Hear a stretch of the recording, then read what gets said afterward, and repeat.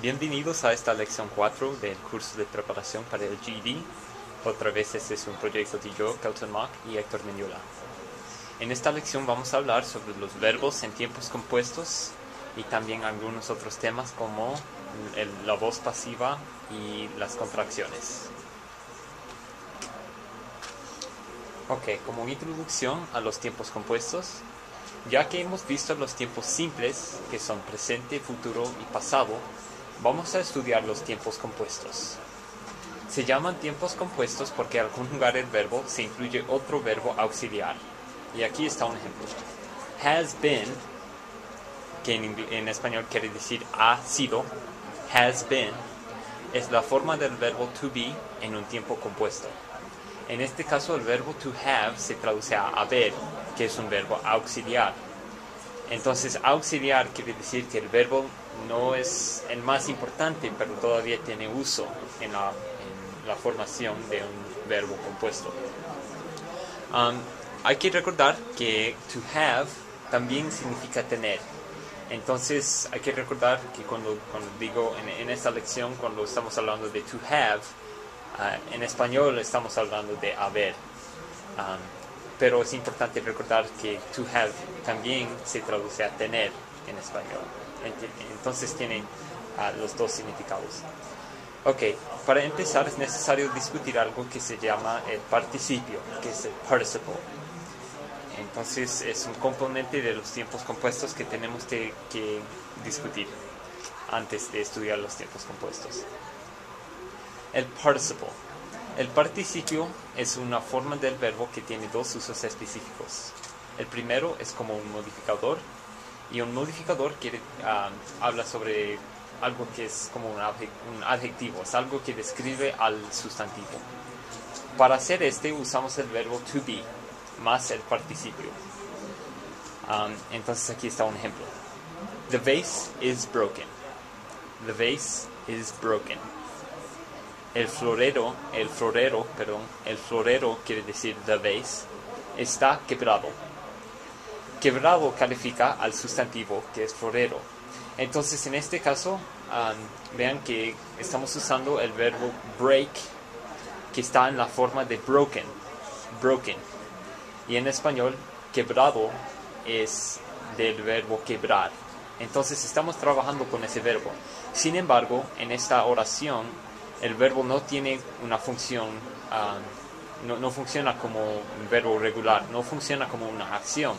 En este caso funciona como un modificador o un adjetivo porque califica al sustantivo florero. El florero está quebrado. Otro ejemplo sería the door is open. The door is open. La puerta está abierta. Otra vez estamos trabajando con un verbo open y en español abierta. Sin embargo, está en una forma diferente. Abierta viene del verbo abrir. Entonces, otra vez cambiamos el verbo un poco. En español, en inglés no se cambia en este caso. Open parece igual como modificador o como verbo principal, pero tiene otro uso en esta oración. Open en esta situación funciona como un adjetivo o modificador. The door is open describe al estado de la puerta, está abierta. Ok, entonces eso es el primer uso del participio, como un modificador. El otro uso del participio es para formar los tiempos compuestos, y aquí está un ejemplo de ellos. He has spoken. He has spoken. En español, quiere decir él ha hablado. Él ha hablado. Spoken, en este caso, es el verbo principal. Hablar, es el verbo hablar. Sin embargo, cuando lo cambiamos así y agregamos a, o en inglés has, entonces se forma un tiempo compuesto. Todavía estamos hablando de la acción de hablar, pero está en un tiempo específico. Él ha hablado. No quiere decir que él está hablado, ni que él habla, ni que él habló. Por eso tenemos los tiempos compuestos, para expresar el cierto tiempo que está que no es exactamente el presente, el futuro o el pasado. Es un poco diferente de ellos. Entonces, he has spoken sería un ejemplo de un tiempo compuesto. Otro ejemplo sería, the ship has sunk. The ship has sunk. En español eso quiere decir, el barco se ha hundido. El barco se ha hundido. En este caso el verbo principal es sink. Sin embargo, anoten que hay algunos cambios que hacemos para formar los tiempos compuestos. Entonces estos son algunos ejemplos de los tiempos compuestos, y vamos a ver una práctica sobre ellos más adelante. Sin embargo, por ahora vamos a seguir hablando sobre el participio. Además, en inglés hay dos tipos de participio. Entonces ya vimos que hay dos usos del participio. Ahora vamos a aprender sobre los dos tipos de participio. El primero es el present participle, o el participio presente. A este también le llama active, imperfect o progressive participle. Entonces esos son otros nombres para el participio presente. Y vamos a ver algunos ejemplos de qué es el participio presente en la otra diapositiva. El segundo tipo de participio es past participle, que es participio pasado. Past participle. Y a este también le llaman passive o perfect participle. Entonces, para cada uno de estos tipos de participio hay varios nombres. Nada más para esta clase hay que recordar que hay los dos tipos: present participle y past participle.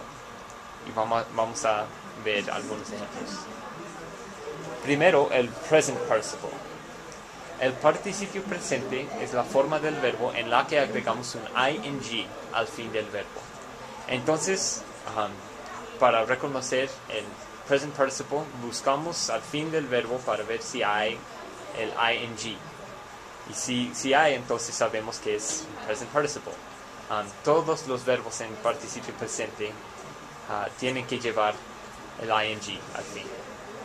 Este es muy parecido al proceso de agregar yendo o ando al fin de palabras en español. Entonces, por ejemplo, en inglés puedo decir run, que en español quiere decir corre.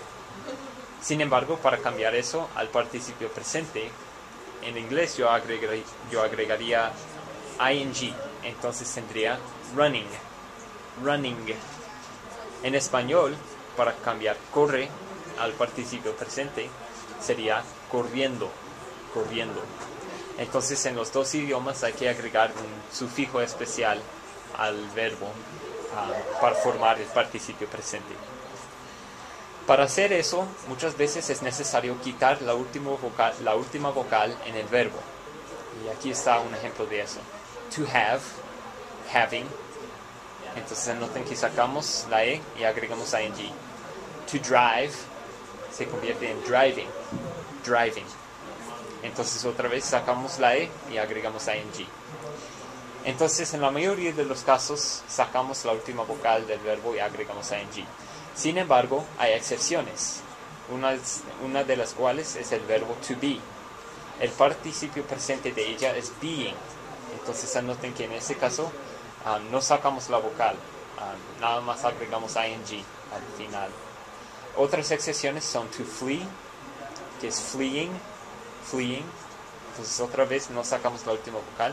Y to see, que es seeing.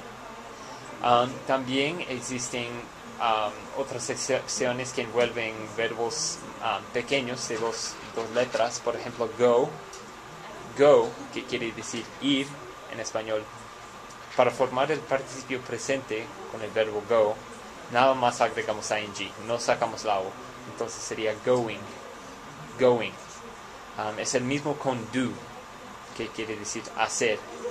Do en el participio presente sería doing.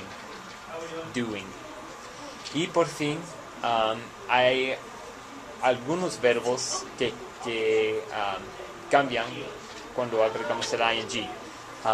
Por ejemplo, running. El verbo run, para agregar ing al verbo run, tenemos que agregar otra n antes del ing. Entonces se letra R-U-N-N-I NG. Entonces agregamos otra N en ese caso. Entonces ustedes van a ver que siempre hay excepciones al conjugar los verbos en inglés. Y en el caso del participio presente hay más o menos 3 clases de excepciones. Las excepciones en que sacamos, bueno, más o menos 2 clases de excepciones. Hay uno en que no sacamos la última vocal y nada más agregamos ing.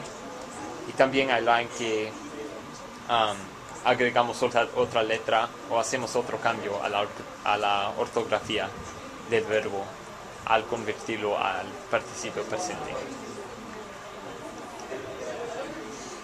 Entonces, ya que aprendimos un poco sobre el participio presente, vamos a ver algunos de sus usos. El primer uso del participio presente es como sustantivo. A este le llamamos gerund. Y quería mencionar que gerund se traduce literalmente a gerundio en español. Sin embargo, esta palabra tiene otro significado en español que en inglés. Entonces, vamos a ver un ejemplo de cuando usamos el verbo como un sustantivo.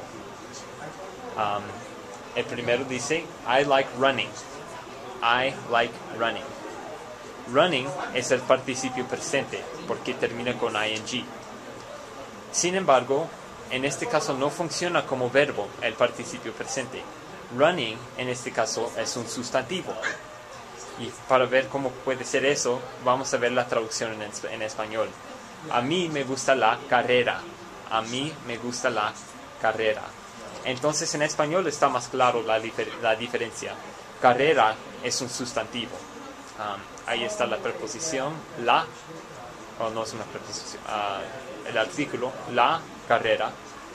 Entonces sabemos que es un sustantivo.